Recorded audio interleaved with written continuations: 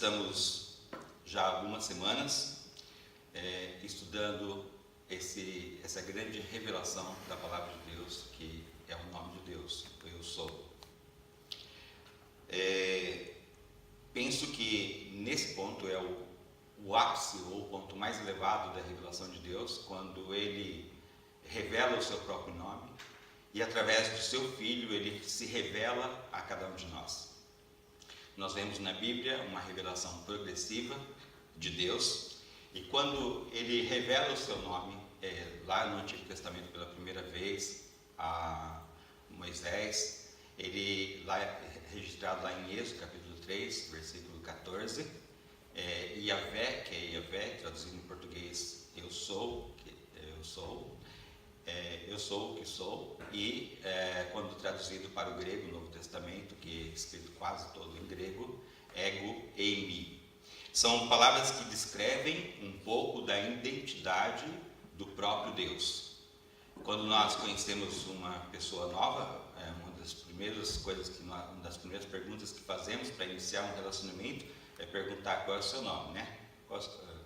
Começa uma amizade com o Tomé ou com o Erickson, a gente pergunta o nome. E Deus aqui está iniciando um relacionamento com a humanidade, mesmo após a humanidade ter traído, ter virado as costas para Deus, ter pecado, ter desobedecido.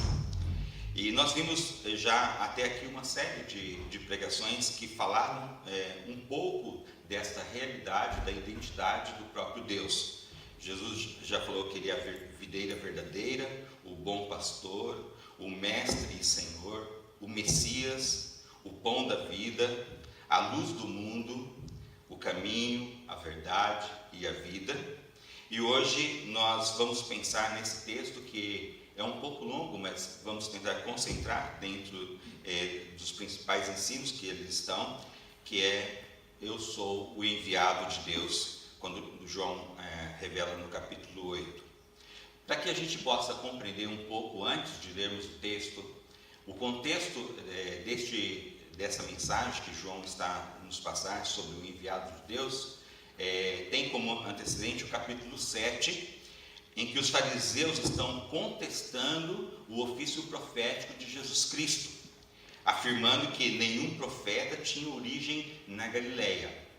Interessante que os próprios religiosos e autoridades da época que contestam Jesus cometem dois erros quando fazem essa afirmação. Primeiro, que Jesus, apesar de ser chamado Galileu, ele não é de origem da Galileia. Ele nasceu em Belém da Judéia, ali muito próximo a Jerusalém. E um outro erro que eles cometem é que existiu um profeta no Antigo Testamento, e nós encontramos o profeta Jonas, filho de Amitai, que nasceu exatamente na cidade de Gat-Hefer, que é na Galileia. Então eles estão já com essa afirmação errando duas vezes. Depois dessa contestação, Jesus foi para o Monte das Oliveiras, e nós vemos nas narrativas dos evangelistas que é um dos lugares preferidos de Jesus retirar-se para ter uma proximidade maior com o Pai, ter uma proximidade maior com o nosso Deus. E nesse instante ele desce novamente para o templo, e ali os judeus, especialmente os fariseus, fazem uma prova com Jesus. Eles trazem uma mulher que foi apanhada em adultério, logo no início do capítulo 8, verso de 1 a 11, está ali essa narrativa, e colocam diante de Jesus, dizendo que ela foi apanhada em adultério e agora o que eles deviam fazer. E Jesus dá aquela célebre frase, né? Quem não tem pecado, atire a primeira pedra, e vemos ali que um a um vai se retirando e deixam aquela mulher livre, e Jesus diz para ela ir então e não pecar mais. Logo em seguida, dos versículos 12 a 20 do capítulo 8 ainda, nós encontramos mais uma afirmativa de Jesus sobre a sua identidade. Ele diz, eu sou a luz do mundo. E nós já vimos essa mensagem com o pastor Moisés na sexta mensagem desta série.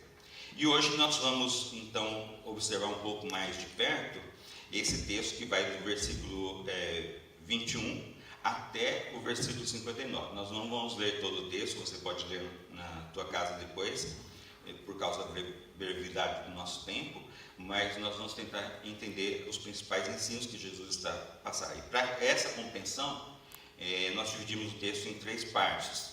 A primeira parte, intitulada Quem é Jesus? versículo 21 a 30. A segunda parte, os escravos e os livres, dos versículos 31 até o 47. E a terceira e última parte, Jesus e Abraão. Convido você a abrir a tua Bíblia, então, no capítulo 8. E nós vamos fazer a leitura apenas dessa primeira parte, que vai dos versículos 21 até o versículo 30.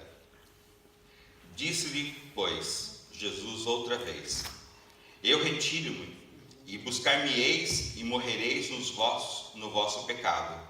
Para onde eu vou, não podeis vós vir.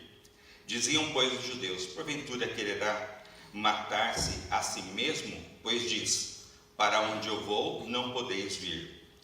E dizia-lhes: vós sois de baixo, e eu sou de cima. Vós sois deste mundo, eu não sou deste mundo. Por isso vos disse que morrereis em vossos pecados, porque se não credes que eu sou, morrereis em vossos pecados. Disseram-lhe, pois: quem és tu? Jesus lhes disse: isso mesmo que já desde o princípio vos disse. Muito tenho que dizer e julgar de vós, mas aquele que me enviou é verdadeiro, e o que dele tenho ouvido, isso falo ao mundo. Mas não entenderam que ele lhes falava do Pai. Disse-lhe, pois, Jesus: quando levantardes o Filho do Homem, então conhecereis que eu sou, e que nada faço por mim mesmo, mas isto falo como meu Pai me ensinou. E aquele que me enviou está comigo. O Pai não tem deixado só, porque eu faço sempre o que lhe agrada. Dizendo ele estas coisas, muitos creram nele.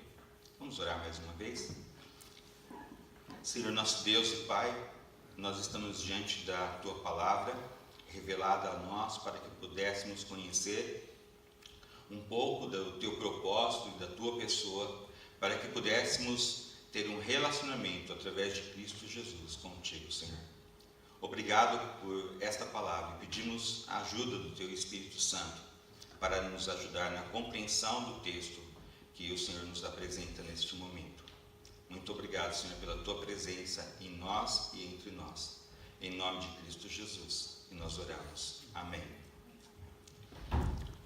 Eu quero iniciar afirmando que todo ser humano precisa compreender que Jesus Cristo é o enviado de Deus.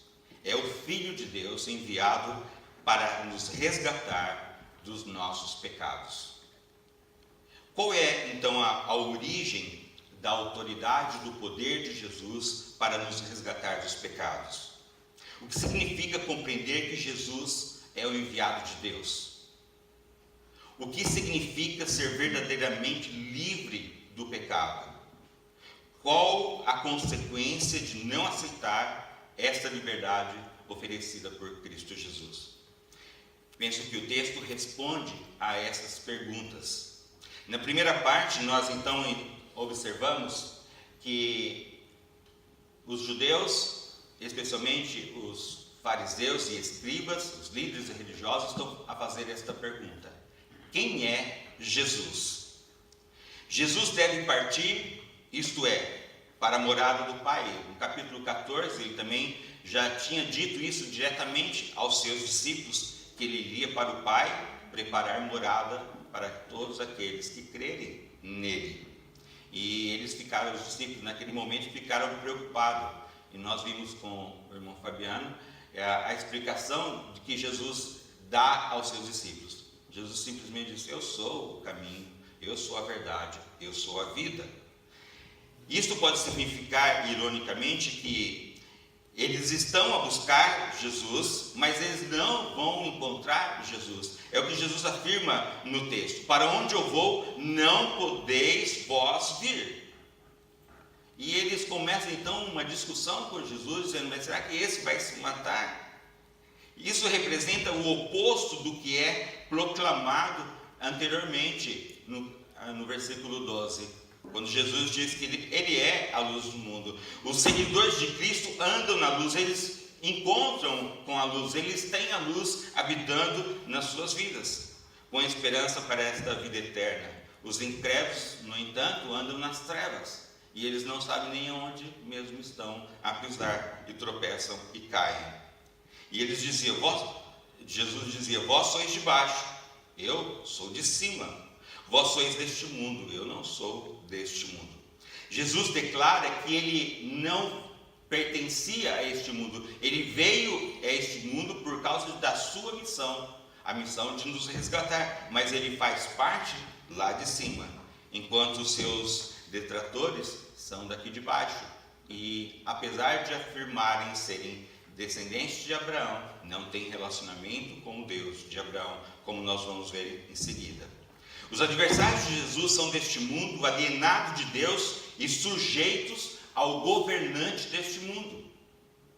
Já que Jesus é de Deus e ele é Deus, seu destino é retornar ao Pai, mas os judeus que se dirigiam a ele morrerão nos seus pecados e perderão o novo mundo do reino de Deus, se não acreditarem que Jesus é o enviado de Deus.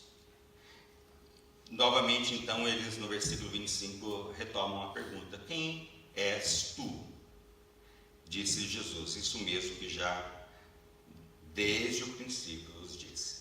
Jesus está retoricamente repetindo o que ele já havia afirmado sobre a sua pessoa. Mas eles estão com os olhos tão vendados que eles não conseguem enxergar, eles não conseguem ver e não conseguem ouvir a mensagem que Jesus está a proclamar.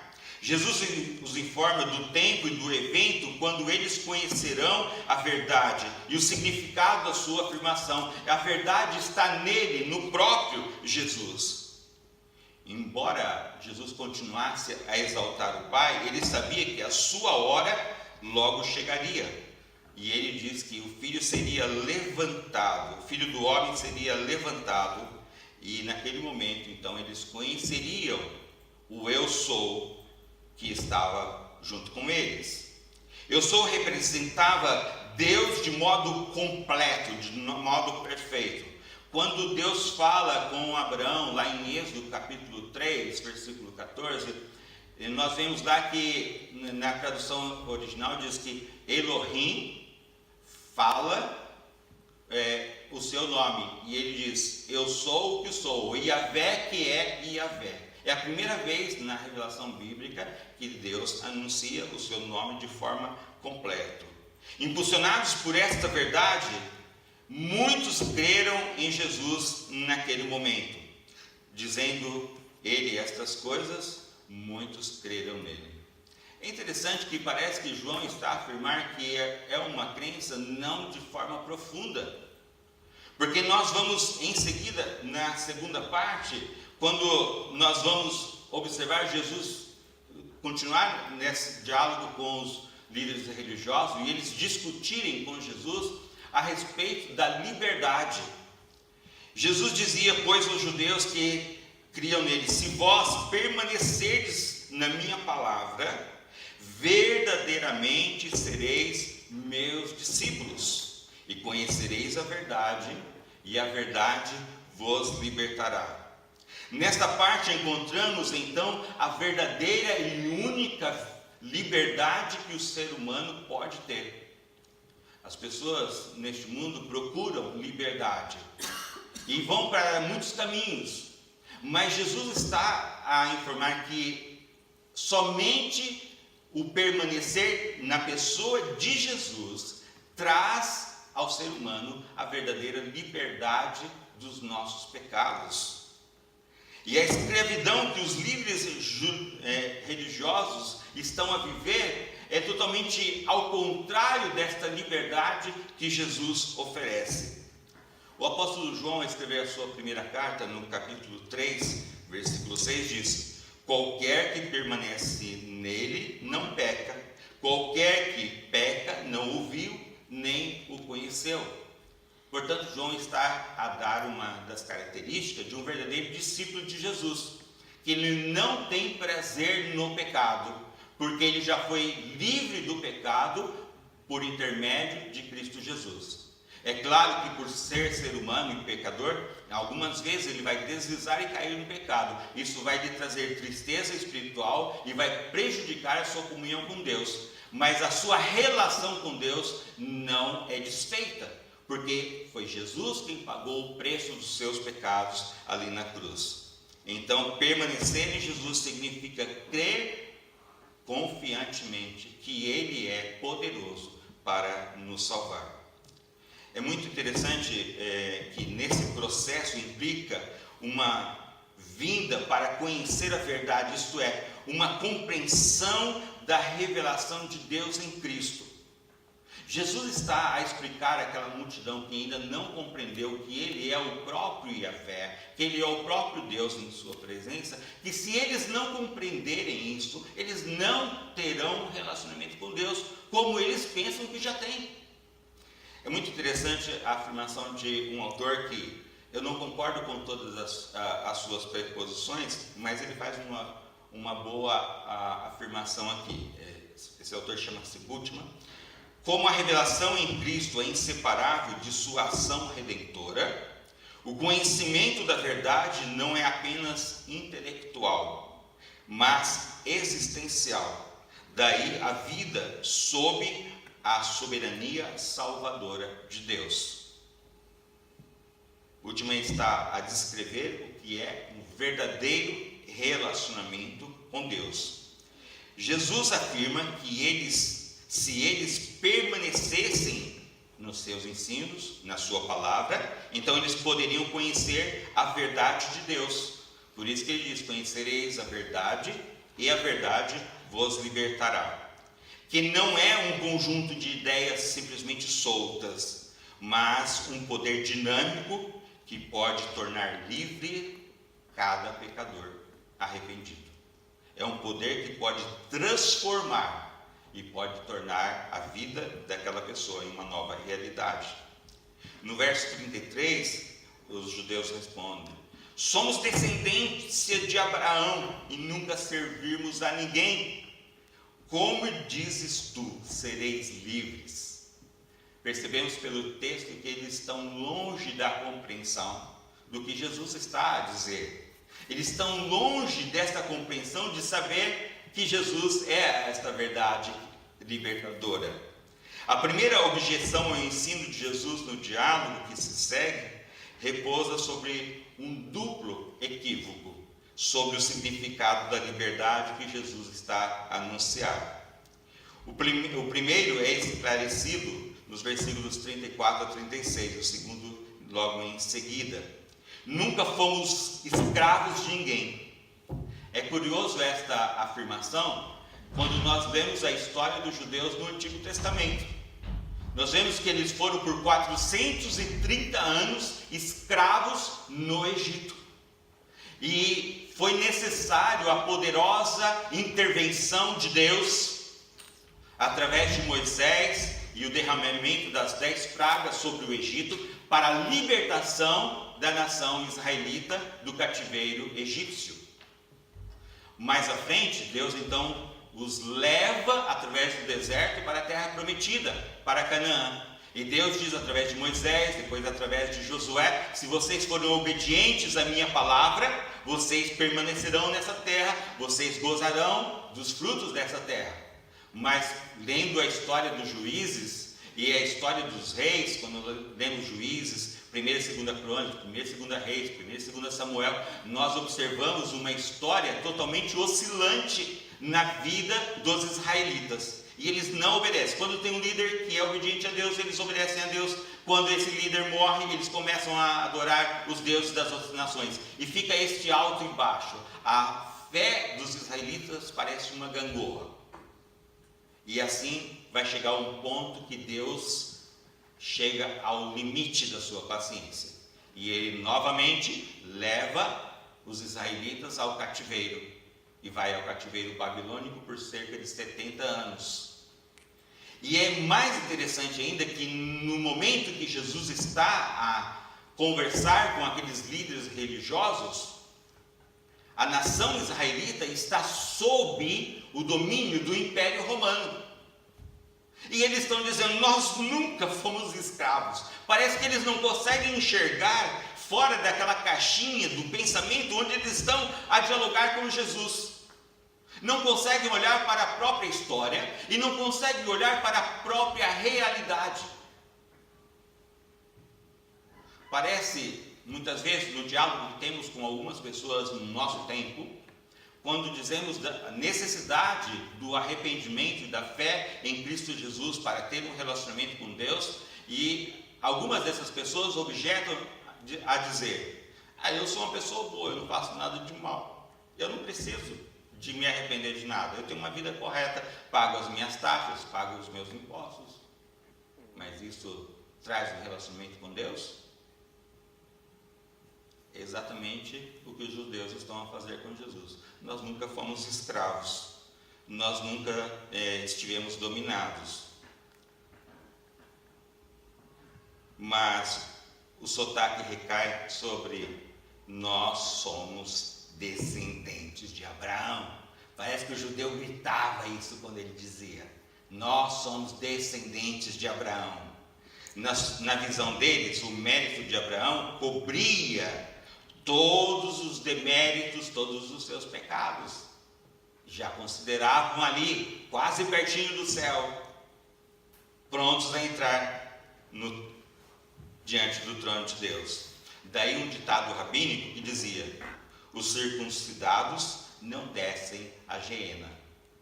Mal sabiam eles que descia muito veloz. Respondeu-lhe Jesus: em verdade vos digo que todo aquele que comete pecado é servo do pecado. Ora, o servo não fica para sempre em casa, o filho fica para sempre. Jesus então, vendo a falta de compreensão deles, Jesus continua de acordo com a falta de compreensão deles. A alegação dos judeus agora é tratada: nós somos descendentes de Abraão. Jesus reconhece: eu sei, mas algo está drasticamente errado. Eles estão a tentar Jesus e eles não têm lugar para a revelação de Deus através de Cristo Jesus. Eles não compreendem que o Deus dos antigos que se revelou lá no passado é o mesmo Deus que está na presença deles. E é exatamente isso que o autor de Hebreus começa o seu livro dizendo: havendo Deus antigamente falado muitas vezes e de muitas maneiras aos pais pelos profetas, a nós falou-nos nesses últimos dias pelo Filho. O apóstolo João diz na sua primeira carta: quem nega o Filho nega o Pai. Quem não conhece o Filho não conhece o Pai. Quem não tem relacionamento com o Filho também não tem com o Pai. Parece que um pai diferente está envolvido nesta história. Por um lado, Jesus é o filho obediente e receptivo e enviado do Pai, pois fala e faz as coisas que o Pai lhe diz. Então ele tem esse relacionamento com Deus. Vemos que quando Jesus termina um dos seus discursos, quando ele termina um diálogo com alguém, ele vai para um lugar separado, especialmente o Monte das Oliveiras ou um outro lugar separado para orar, para estar em comunhão com o Pai. Por outro lado, o mesmo se aplica aos judeus que respeitam seu Pai? Não. Eles não estão a compreender. Aí Jesus então vai tocar um pouco mais fundo nessa ferida. Vós fazeis as obras do vosso Pai. Disseram-lhe, pois: não somos nascidos de fornicação, temos um Pai que é Deus. Disse-lhe, pois, Jesus: se Deus fosse o vosso Pai, certamente me amaríeis, pois que eu saí e vim de Deus, não vim de mim mesmo, mas Ele me enviou, porque não entendeis a minha linguagem, por não poderdes ouvir a minha palavra. E Jesus então vai identificar o pai daqueles seus interlocutores. Vós tendes por pai o diabo, e quereis satisfazer os desejos de vosso pai. Ele é homicida desde o princípio, e não se firmou na verdade, porque não há verdade nele. Quando ele profere mentira, fala do que lhe é próprio, porque é mentiroso e é pai da mentira. Jesus diz: o vosso pai não é Deus, o vosso pai não é Abraão, o vosso pai é o diabo. Vocês estão longe de Deus. Jesus afirmou que as obras dos seus oponentes, os judeus, mostram que seu pai não é Abraão, mas tinha um outro nome, Lúcifer. A isso eles responderam que não eram bastardos espirituais, mas filhos de Deus. A alegação é rejeitada por Jesus. Se Deus fosse o vosso pai, eles o reconheceriam como vindo de Deus, reconheceriam que Jesus é Deus. É o que João diz na sua primeira carta, no capítulo 5, verso 1. Todo aquele que crê que Jesus é o Cristo é nascido de Deus. E todo aquele que ama ao que gerou, também ama ao que dele é nascido. Se você ama o pai, ama também o filho. Se você tem o pai, tem o filho. Se você tem o filho, também tem o pai. Esta conduta mostra que esses homens não são filhos de Deus, mas são filhos do diabo.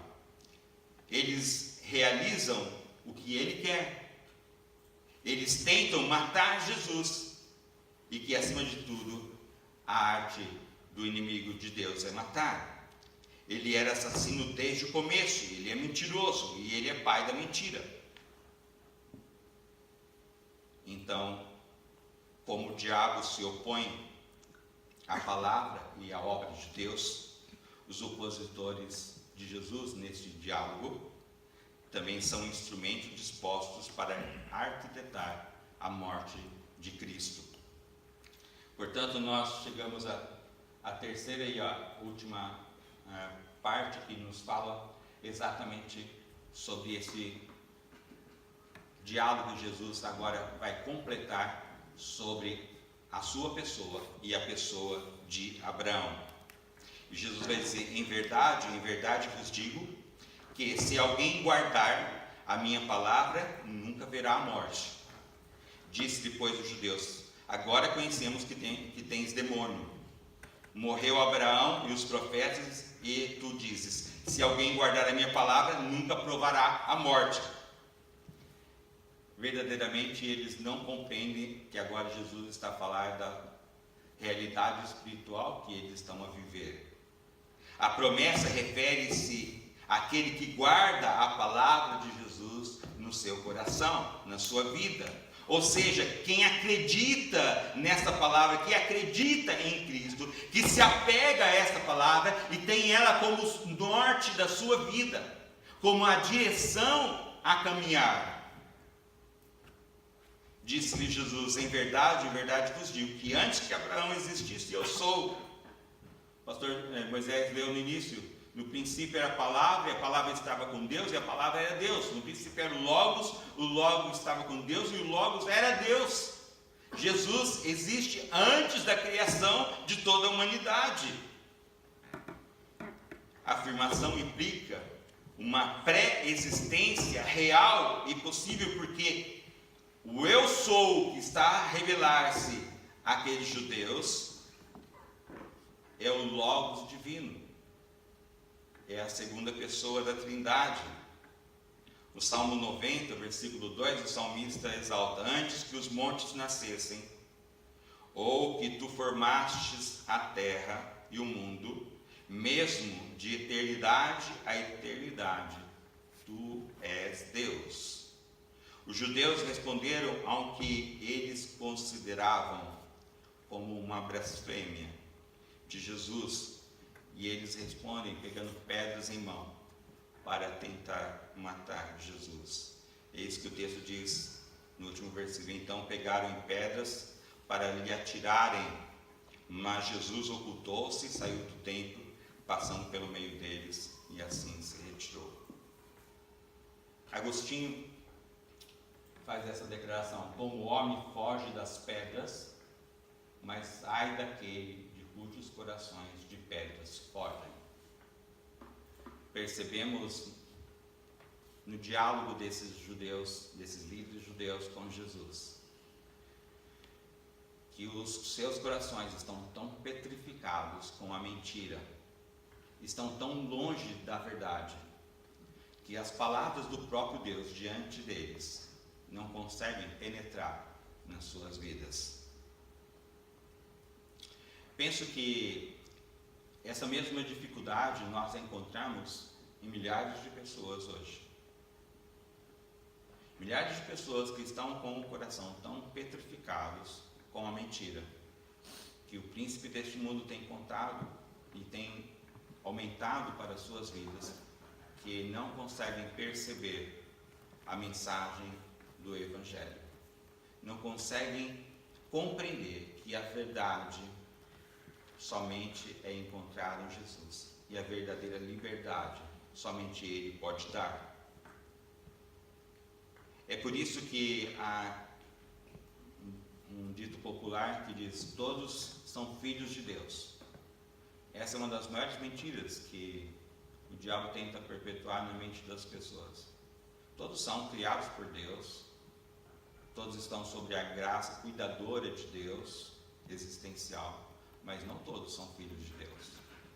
Somente aqueles que crerem em Cristo Jesus. A todos quantos o receberam, deu-lhes o poder de serem feitos filhos de Deus. Então, somente a fé em Cristo Jesus pode promover esta transformação. Deste texto, nós encontramos algumas aplicações para a nossa vida hoje. Penso que, da primeira parte, a primeira aplicação é esta: Jesus é o único com poder para nos resgatar. Por ser o enviado de Deus, por ser o eu sou, por ter vindo a este mundo, tomado a nossa natureza humana, vestido em si mesmo, sofrido até a morte, e morte de cruz, uma morte horrenda, mas ressurgido após a sua vitória sobre a morte. Por causa da fé em Cristo Jesus, então nós podemos ter a certeza que temos um relacionamento com Deus.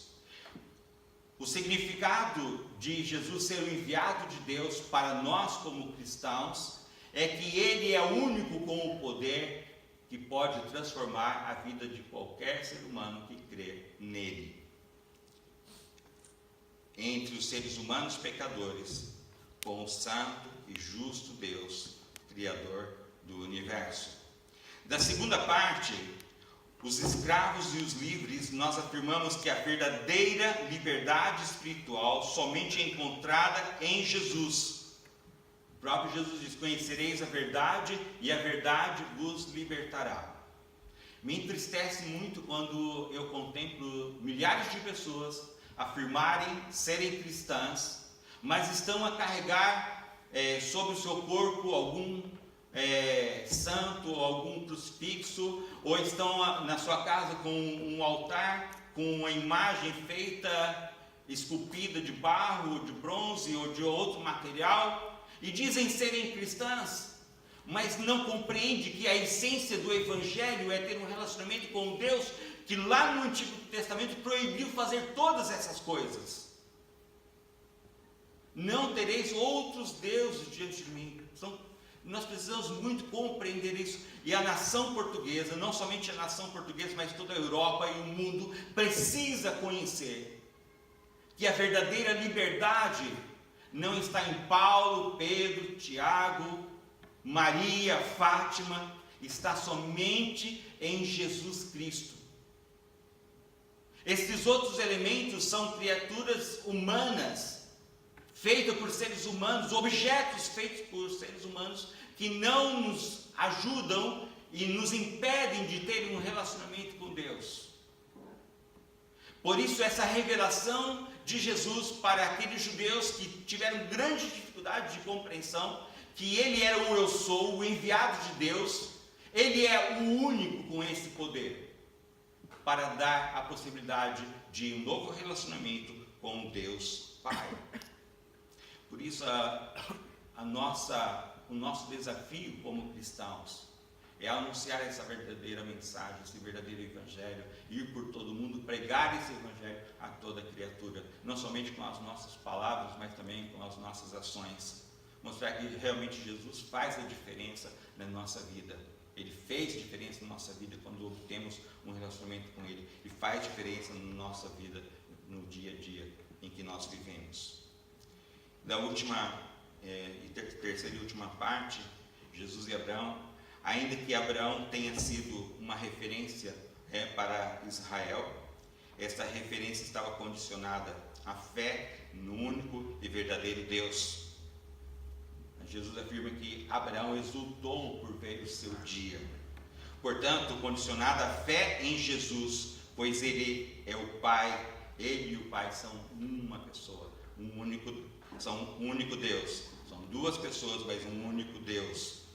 Jesus é o enviado de Deus para nos dar liberdade, para dar liberdade aos cansados e oprimidos que nele crerem. Qual é o teu relacionamento com o eu sou enviado de Deus? Conhece verdadeiramente, tens um relacionamento íntimo e profundo com Ele, e tem prazer de meditar na sua palavra de dia e de noite, tem prazer de orar, tem prazer de ler a sua palavra, tem prazer de estudar essa palavra, tem prazer de se relacionar com as pessoas que Ele salvou, tem prazer de se relacionar com aquelas que Ele não salvou, mas porque você é o instrumento dele para a salvação dessas pessoas. Qual é o teu relacionamento com Deus? Penso que esse texto, essa discussão é forte dos judeus com Jesus, nos chama a atenção para pensarmos no nosso relacionamento com Deus. Será que de alguma forma nós não estamos agindo talvez um pouco semelhante àqueles judeus? Será que em alguns aspectos da nossa vida não precisamos modificar as nossas ações por causa do nosso relacionamento com Deus? Portanto, que essa mensagem, essa revelação de Jesus, ser o eu sou, o enviado de Deus, possa trazer essa transformação na nossa vida diária, no nosso cotidiano, e nós possamos ser canal de bênção na vida das demais pessoas. Deus nos abençoe.